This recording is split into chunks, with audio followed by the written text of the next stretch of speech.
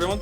In today's video we're actually going to teach you a new F2L insertion that I learned quite a while ago, and we just recently hit 250 subscribers on the channel, and I thought that was kind of a milestone for me. So instead of just saying, hey, shout out to everybody, you know, we'll actually teach you something. And what we're going to do is we're going to teach you how to perform this insertion. So it's just the case 3 and 4. It's one of the ones that I should have taught in my Advanced F2L series. I just didn't know about it at the time, and I learned it while I was doing my OLL series. And how you would, so the scenarios where you have your F2L case here, so it is the non-oriented version of a F2L case, and it needs to go here, and it's placed here. So normally, you know, if you know the series, we would take some junk from the top, put it in this row, so we can move this whole row around, lift it up, put this junk back, slide it in, and then insert. So that's how we would normally do that insertion. But the other way to do this insertion is if we take this junk from the top and put it in the back, and then we push here on our ring finger to move this slot up, and then put your junk back on the top, slide it in, and then undo what we just did. So put this junk from the top in the back again, pull with your ring finger now, because we pushed earlier, so we're going to pull, and then undo, and that will solve that case as well. So it's a really fast way to do it. So again, we have our pair, so our non-oriented F2L pair that goes here.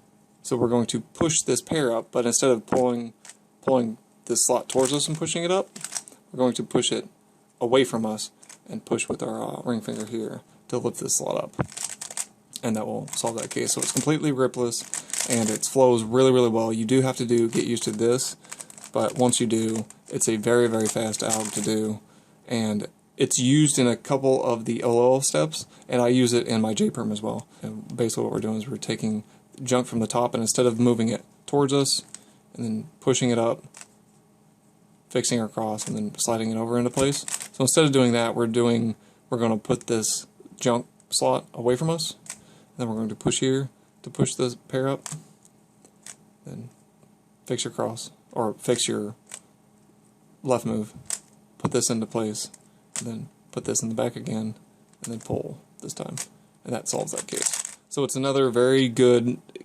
regripless quick insertion that you can do.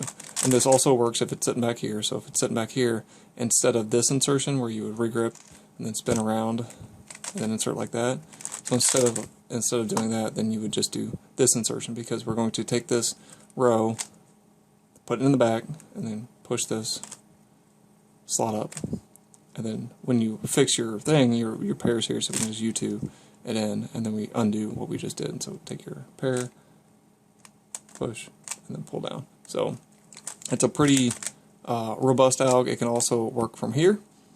So here's your pair. This is a non-oriented version of this pair, and it's sitting here. Well, then we kick that pair out, and then we just slide it in, and then over. So it's a very, very robust alg to use, and you can solve the non-oriented version of a pair from this angle, and from this angle completely regriplessly. So it's a little better than this insert, where we have this one and we have to regrip and then do one of those. It's a little better than that. You can perform it without any regrips or any real re-motion. So you would kick it out and then just U2, and then kick it back in. So it's a pretty fast alg to do, and on a normal cube, it's pretty quick to do. So your pair's in the back here, then it goes here, you know, kick it out and in. So it's a real fast alg to do.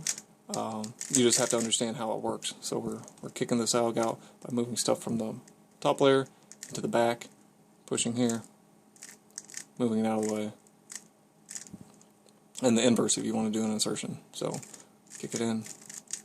So you can insert it from here, or from here, or from here. It just depends on, when you do that, how you perform your last insertion. So, and this is actually how I solve my N-perms and my J-perms, or combinations of those, that concept.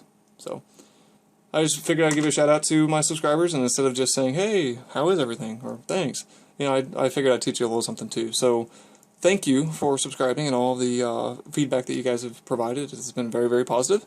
And until next video, happy cubing.